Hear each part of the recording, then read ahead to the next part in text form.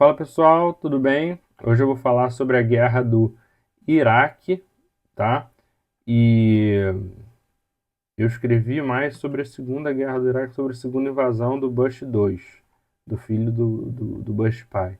Mas vamos seguir aqui o roteiro que vai ficar tudo bem explicadinho, eu acho, eu espero. Mas vamos lá. A história começa no começo dos anos 2000, mas a semente estava plantada bem antes. O Iraque já era governado há décadas pelo Saddam Hussein, um ditador brutal que usava violência, tortura e perseguição política como ferramenta de governo.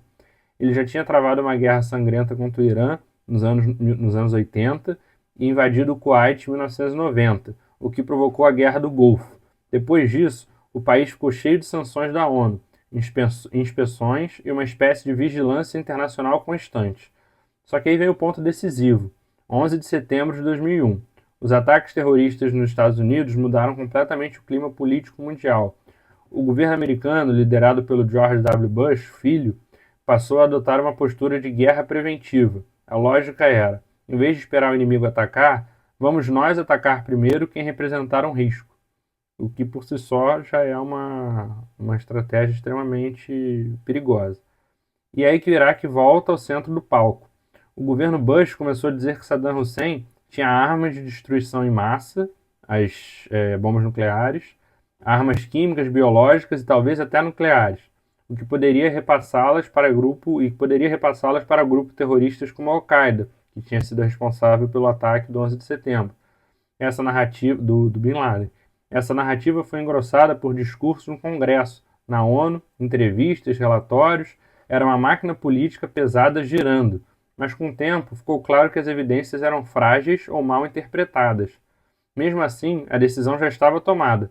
Em março de 2003, os Estados Unidos, junto com o Reino Unido e alguns aliados menores, invadiram o Iraque. E a invasão em si só foi rápida. Em poucas semanas, o regime de Saddam desmoronou. As imagens do ditador sendo capturado meses depois correram ao mundo como símbolo de o fim de uma era. Só que aí vem a parte que quase ninguém imaginou com clareza antes. Conquistar é fácil, governar é difícil. Quando Saddam caiu, o Estado iraquiano também caiu. As forças americanas dissolveram o exército iraquiano, expulsaram todos os membros do partido Baath do governo, e isso criou um vácuo gigantesco de poder. Milhões de pessoas que trabalhavam no Estado ficaram sem função. O país mergulhou no caos. E é nesse caos que surgem dois fenômenos: a insurgência e o sectarismo.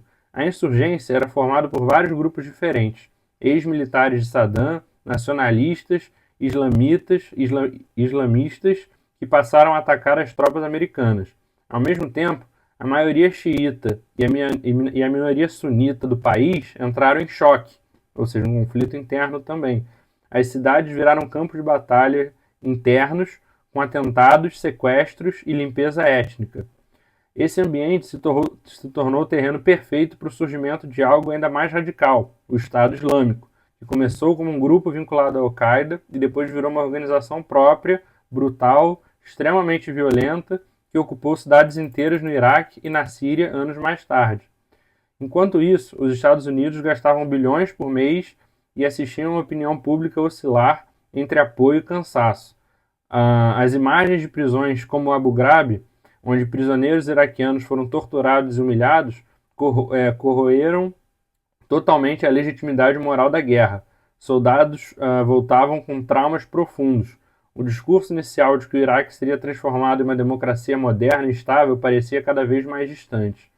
Os anos passaram, vários planos de estabilização foram tentados, e em 2011 o governo Obama retirou as tropas americanas do país, mas a retirada não significou paz. O país continuou instável, com tensões sectárias, corrupção, fragilidade institucional e presença de grupos armados.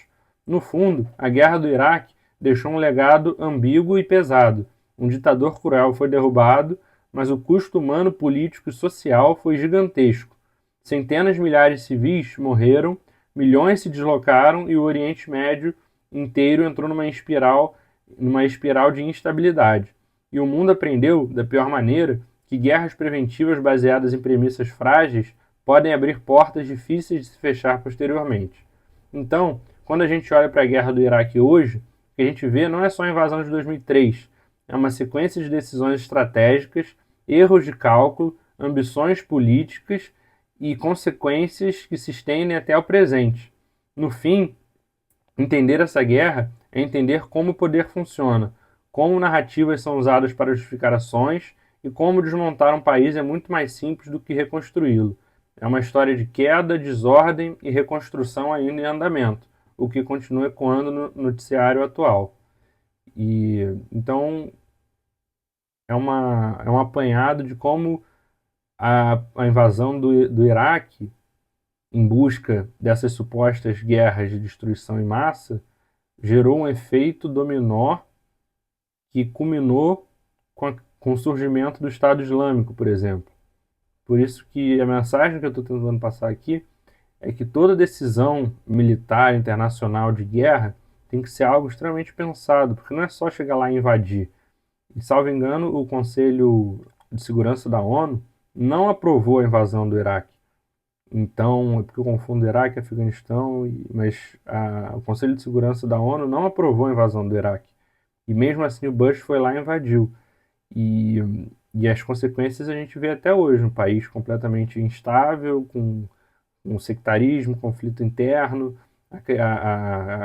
consequentemente a criação do Estado Islâmico por conta desse revanchismo.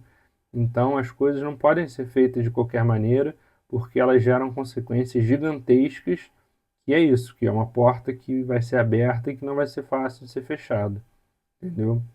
E é isso, pessoal. Espero que vocês tenham gostado. Obrigado e até a próxima.